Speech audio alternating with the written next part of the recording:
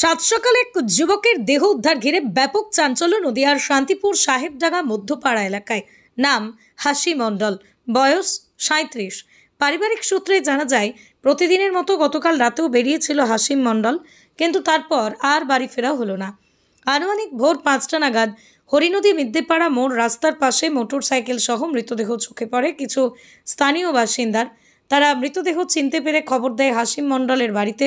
খবর পাওয়া মাত্রই কান্নায় ভেঙে পড়ে পরিবার। তার বাবার অনুমান ছেলেকে খুন করা হয়েছে, কিন্তু কে বা কারা খুন করলো বুঝতে পারছি না। তিনি আরও জানান, মৃত হাসির মণ্ডল তৃণমূল সমর্থিত একজন কর্মী ছিলেন। এখানেই প্রশ্ন উঠছে, তাহলে কি কোনো রাজনৈতিক কারণেই তাকে খুন করা হয়েছে? ঘটনাস্থলে পৌঁছয় শান্তিপুর থানার পুলিশ এবং মৃতদেহটি উদ্ধার করে ময়নাতদন্তের জন্য পাঠানো হয়। পুরো ঘটনার তদন্ত শুরু করেছে শান্তিপুর থানার পুলিশ। নদিয়ার শান্তিপুর থেকে অরিজিৎ ঘোষালের সাথে সুমিত দেবনাথের রিপোর্ট, ক্রাইম বেঙ্গল। ওই রাত্রিরে বাড়ি আসছে হয়তো, দিয়ে এখানে মরে পড়ে আছে। সকালবেলা এসে যারা কতটা যারা হাঁটতে আসে তারা দেখেছে। বাড়ি কোথায়?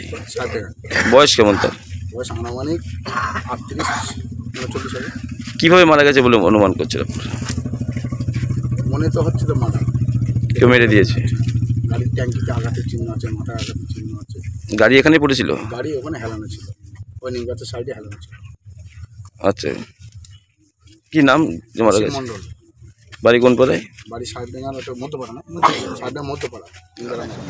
তাহলে এই যে ঘটনা কি মনে করছেন, কি হয়েছে? ওর ব্যাপারটা যে কী হয়েছে সেটাই বলা ভারী মুশকিল, কারণ ওর তো অনেক টাকা পয়সা ছিল, টাকা পয়সা কিছু নেই, খবর নিতাম কিন্তু বলতো না আমাদের। যে আমি অনেকবার জিজ্ঞাসা করছি যে ভাই তোর টাকা কোথায় গেল, ও বলতো না। ও বলতো ভাই টাকা আছে, আর বলে না বেহাত। এই মাঝে মাঝে ফোনে কান্নাকাটি করতে হলো, আমরা বলতাম আবার যে আমাদের বলে টাকা উদ্ধার করবো, ওদের কোনো গল্প নেই। কিন্তু কোথা থেকে কী হয়ে গেল সেটাই তো গতকাল রাতে আপনার ওখানে গিয়েছিল?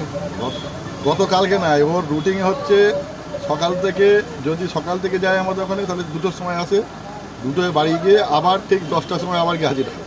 আর যদি সকালে না যায়, সকালবেলা ওই দিনকে আসে গোপালপুরে আছে, গোপালপুর আর কলেজের মোড় পর্যন্ত থাকে, এখানে সন্ধ্যে পর্যন্ত থাকে। সন্ধ্যের পর থেকে আবার যাই মিশনপুরে, ওর একটা জায়গা আছে, আমার ক্লাবে যেমন আছে মিশনপুরে একটা জায়গা আছে, ওইখানে গিয়ে আবার ঠিক 9:45 হবে, ওইখান থেকে চলে আসবে আমার ক্লাবে। আমাদের ওখানে যে ক্লাবটাতে, ক্লাবে 10টার সময় হাজির হবে, যেন তেন প্রকার। ওইটাই লাস্ট অফিস এবং ওইখান থেকেই ওর গন্তব্য হচ্ছে লাস্ট বাড়ি। কালকে কখন বেরিয়েছে? কালকে ও যখন বেরিয়েছে, আমাকে ওরা বাড়ি তুলে দিয়ে তারপরে ওরা ওখানে থাকে। আমি বাড়ি চলে গেছি তখন 12টা নাগাদ, 12টার একটু আগে। আর ও ছিল, আমার আরেকটা ভাই ছিল, আমার চাষতে ভাই, আমার ওই বন্ধুটা ছিল ভদ্র যে বললাম, ও আর চায়ের দোকানদার। এনারা ছিল, ওনারা ছিলেন একটাই কারণে, কালকে আমাদের এই থানা থেকে আমাদের শর্মাবাবু যাওয়ার কথা ছিল, যে বলে আমরা যাবো, চায়ের দোকানটা খুলে রাখতে। তাহলে কটা নাগাদ বেরিয়েছে ওখান থেকে? ওখান থেকে বার হয়েছে 1:45 নাগাদ, এবং একটা ফোন এসেছিল। সেই ফোনটা কথা বলতে বলতে চলে আসছিল আমাদের যে চায়ের দোকান, ওর নাম হচ্ছে নাজির সে।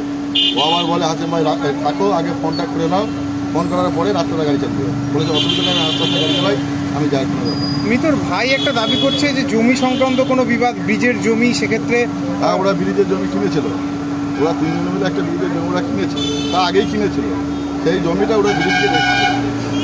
এই হচ্ছে সেই জমি নিয়ে কোনো বিবাদ হয়েছিল কি? টাকা পয়সা নিয়ে? না না না, ওদের সঙ্গে টাকা পয়সা নেই। যাদের সাথে কিনেছিল তাদের সাথে টাকা, যাদের সঙ্গে কিনেছিল তাদের অগ্রিম আগে টাকা দিয়েছিল, তারপরে এদিকে এসেছিল। এরা আবার ওই দলিল নিয়ে ওরা ব্রিজকে রেজিস্ট্রি করেছে, এরা 3টে শেয়ার ছিল। বাড়ির লোক দাবি করছে যে তৃণমূল কর্মী সমর্থক, মানে নর্মাল সমর্থক। আমার সঙ্গে থাকতো, মানে আমি তৃণমূল কারণ আমি যা করি তাই ওর সঙ্গে। আমি সিপিএম করতাম, একসময় সিপিএম করতাম। রাজনৈতিক চক্রান্ত হতে পারে, মানে রাজনীতি কোনো চক্রান্ত আমি তো বুঝতে পারছি, কারণ ও রাজনীতির রঙ গায়ে কোনো রকম বাকি।